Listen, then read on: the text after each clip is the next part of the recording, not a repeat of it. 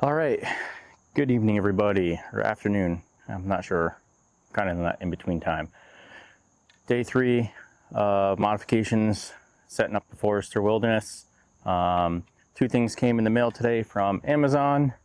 We have the rain guards and then the slightly smoked license plate covers. So I'm gonna install those now. Should be nice and simple. It's beautiful outside, so let's set this camera up. Actually able to get most of these mods done pretty quickly.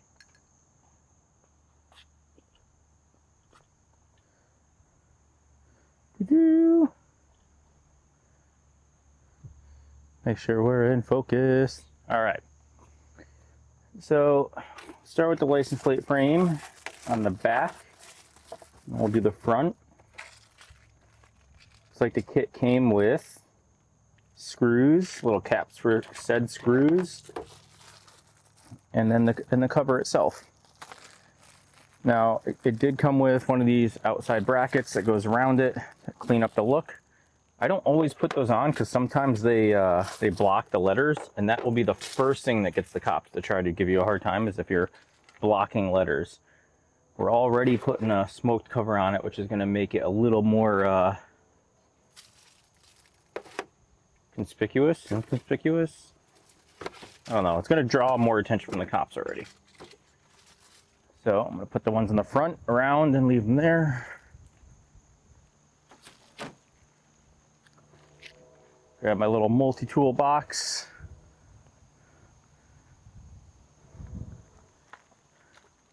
Think we got everything ready. Close the hatch. This button thing is super nice to have. I've I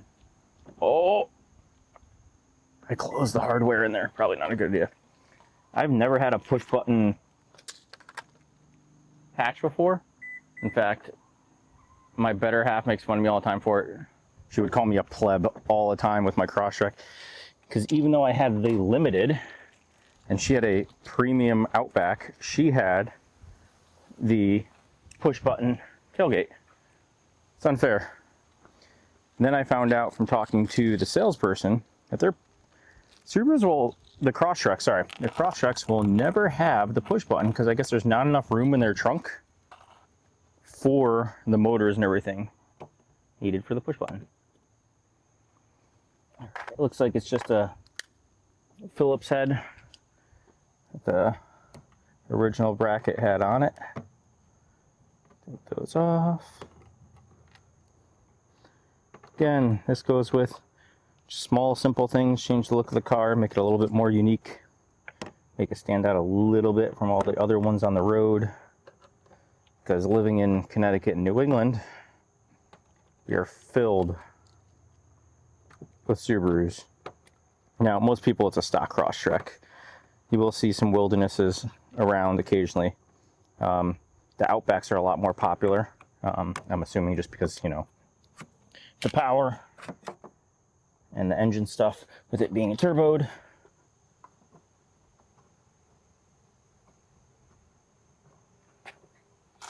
All right. Let's see what would happen if I did this. Does that look any better?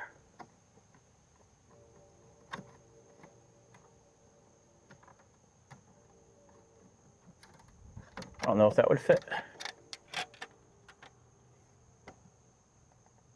Guess it doesn't really block anything, so we'll try it, see how it looks. Now, I'm going to use the original screws and caps that are on my car instead of the ones that were in the kit. I know they fit well.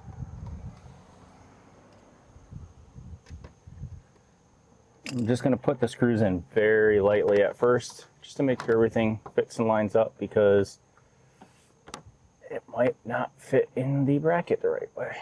I don't know, we'll find out. I feel like this black plastic, yeah, it's too wide. So with the stock, the OEM plate holder, I'm not going to be able to use this black plastic trim. It's too wide for to fit in. Take these back out.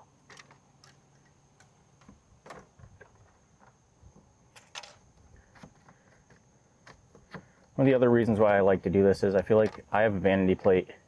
Keeps the plate looking a little bit cleaner. Let's see if I can get that screw started.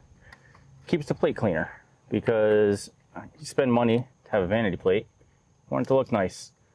Being in the saltiest, beltiest area of New England when it comes to the stuff they treat the roads with in the winter, plates get chewed up pretty quickly. I prefer to make mine last. I want to say this one is 5-6 years old. Still looks like it's in really good shape. It's about how long I got out of my last set of plate protectors. I want to say it's probably because I wash my car often and they ended up getting like swirl marks on the outside on the plastic of the plate protector itself, but the plates were still in really good shape. I'll line up the little plastic clips so they're all facing the same direction.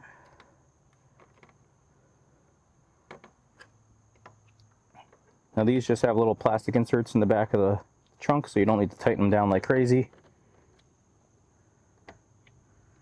And that's it. That simple little cover makes the back of that look so much cleaner. Goes well with debadging this. Super happy with that. Let's make our way around to the front of the car and do the front plate. All right, we're gonna make our way to the front plate.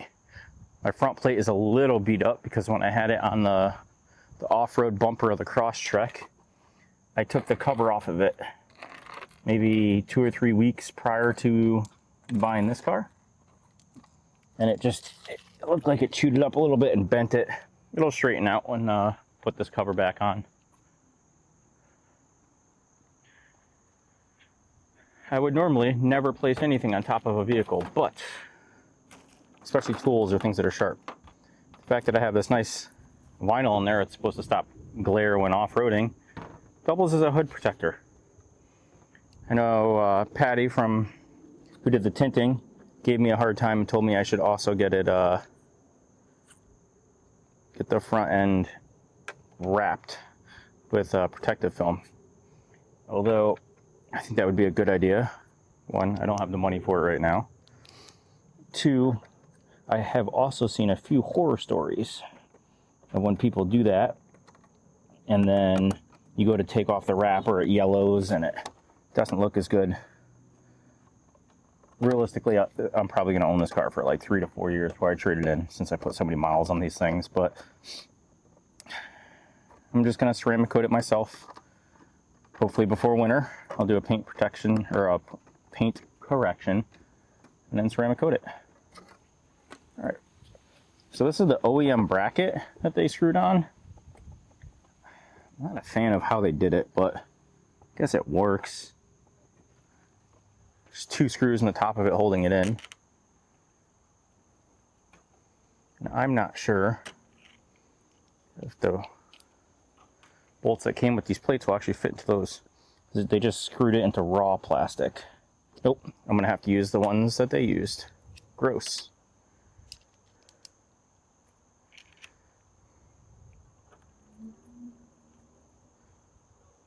All right, so what they did, the kit comes with these little clear inserts and then a cap that goes over them. I have to use these hideous sheet metal screws because that's what the dealership used to put the plate on. So the idea is you put the screw on the inside of the plastic, you screw your plate on, and these little covers snap right on. So let's see, I'm going to prepare all 4 screws. My plate is pretty gross right now. I probably should scrub it with a cloth and some Simple Green, but you're not going to notice it when it's behind the cover. All right. Windy, don't want to litter. Put that in my pocket for now. Dumpsters are about 4 feet from behind the camera, so do that.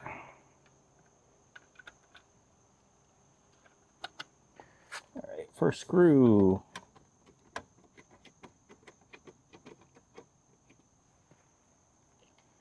Second screw. Now, whenever I install anything that has numerous mounting points, I never fully tighten anything down until they're all lined up and in the spots that they're supposed to be. Because I feel like if you screw one down too tight, even if everything looks like it's lined up perfect, by the time you get to the last one, it's not where it's supposed to be. And then you got to loosen everything all over again. All right.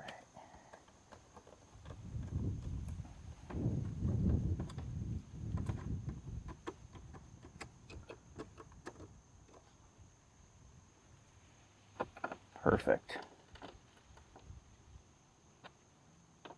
I think another reason why you don't want to over tighten these is frame is plastic. It will break under too much stress. I mean, that would be my assumption. All right, put these little snaps over the plate, over the screws. Find the other two.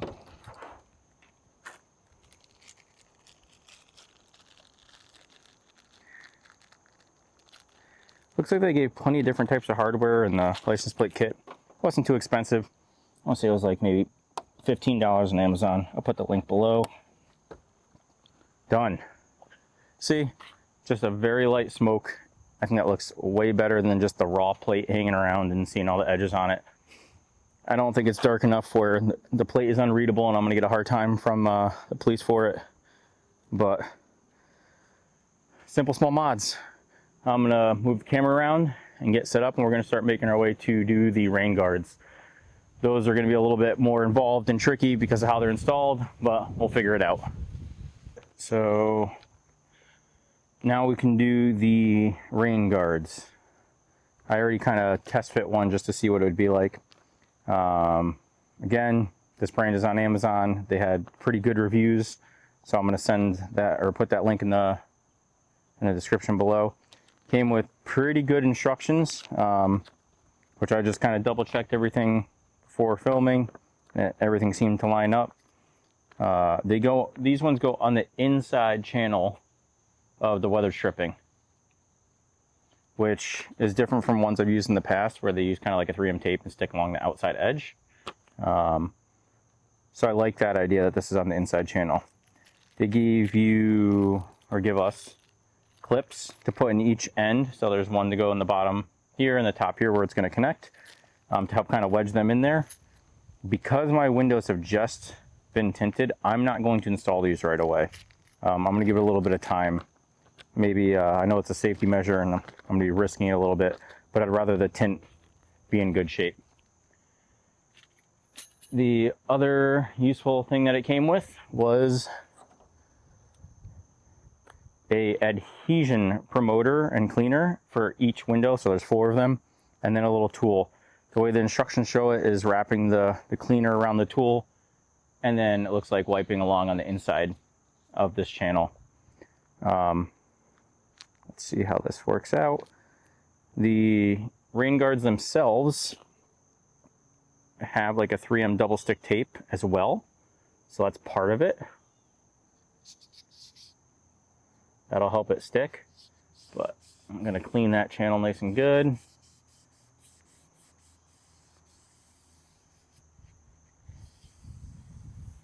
Again, I'm just kind of wrapping it around the tool. Oh, you can kind of see it's gross. And this is, you know, the car's a year old, so it's, I can only imagine people that had their car for 5-6 years. When you wash your car, you're not washing the inside channel of your weather stripping in your windows. All right, put that down. Here's the guard itself. Something else I thought was kind of crazy in the instructions is it shows that these are like shatterproof, and it shows the person like bending them in half. I'm not going to do that just because, although that's great that they do that there, I don't want to risk it. But it should make things a little bit easier for the install. So first thing I'm going to do is pull the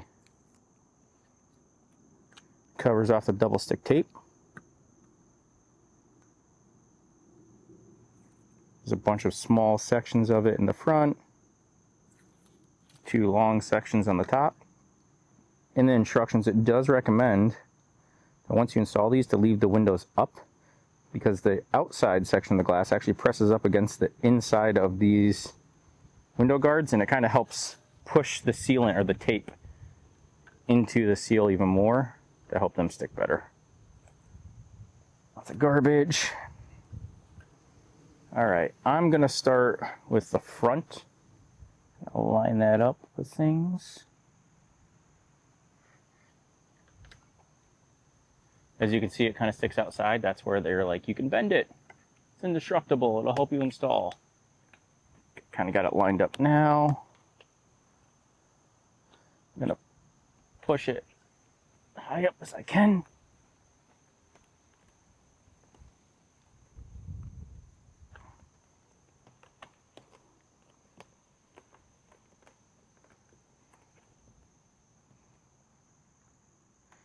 That looks pretty good to me. I'm gonna give it a few snug pulls forward where I can see the adhesive, so I know that's the part that's supposed to be sticking to this seal. Granted, there's fingerprints all over it, but that should be it. That's the front. I'm gonna put the window up.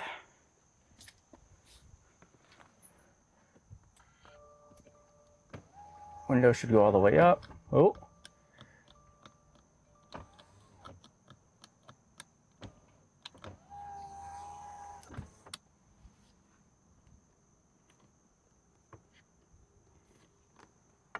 So, Subaru has a safety feature that kicks the window back if it feels any resistance.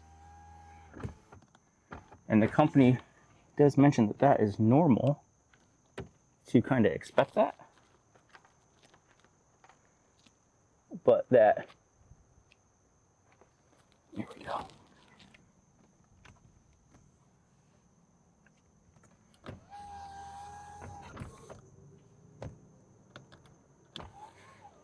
Eventually, when everything settles, it'll be all right. If not, maybe you gotta take it apart.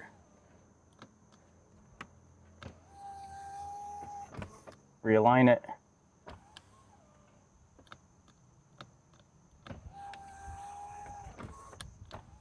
All right, I'm gonna take it out and try to realign, see if I can get a little bit better of a fit.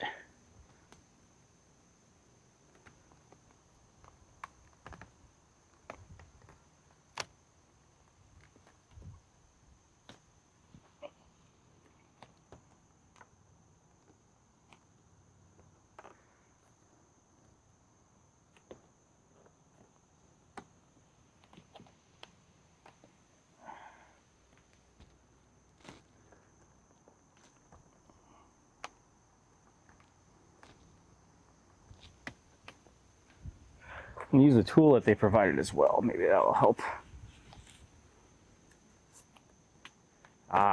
It's going a little bit higher up in the channel. I want to use that tool.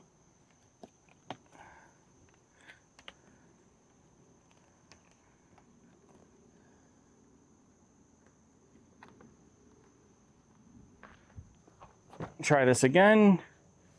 See how many times it takes to get this to work.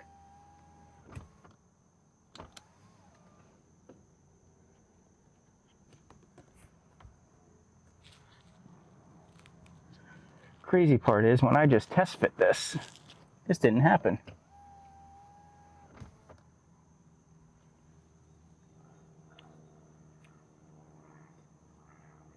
I wonder why.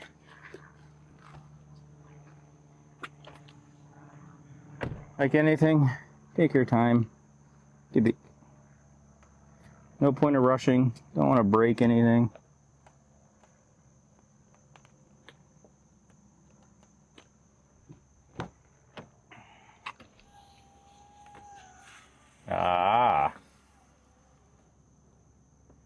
Here we go.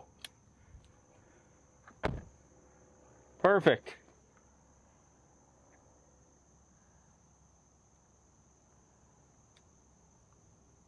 Seeing how this bottom strip goes, I kind of want to do it a little bit different than the way it was.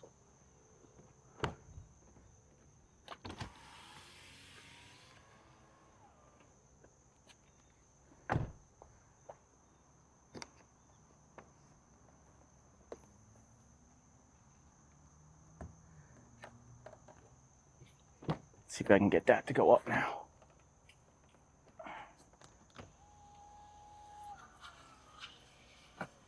Perfect. All right, so that's one and done. Granted, it has a lot of fingerprints on it, but clean that off. These are very low profile, which I like. The other ones that stick to the frame itself are kind of big, and they bubble off a lot. I'm curious if that's going to affect anything when it comes to wind noise. Put my mirror back. All right, let's start the rear. Okay, so it looks like what's kind of nice about these is they're labeled. So it says the rear left,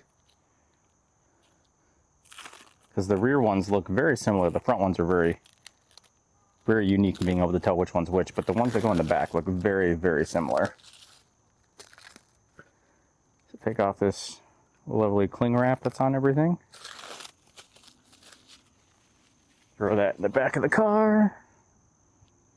Again, this is just going to be kind of like a test fit. Slide it into the channels. Looks like the rear is going to be a lot easier to install.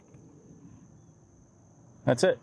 So what I'm going to do before I pull that tape off, open up a new pack of the cleaning stuff.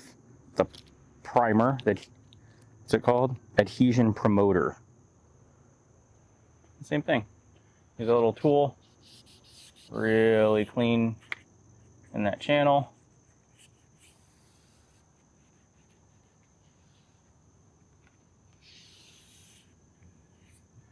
Now in the past, I've just kind of used rubbing alcohol.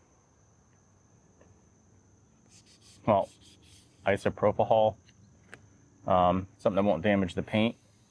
And after it evaporates, good to go. Let's see, garbage in the back of the car. Let that air dry real quick. Pretty sure that is just an alcohol pad, but they're gonna call it an adhesion promoter. Same thing. Take these little stickers off the double-sided tape. Now, a roll of double-sided tape came with these. I'm assuming it's extra in case, you know, they peel off or something like that. That's kind of nice because the tape that's on here is very, very thin. It's not like normal 3M tape that's kind of foamy, which would make me think that if you use the foam one, it would make this too tight and the windows wouldn't shut like they're supposed to. All right.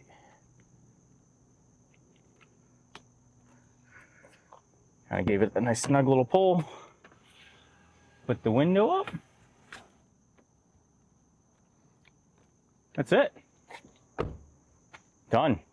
That took maybe 10 minutes to do. I happen to think these look really good, especially with the window tint in the front. I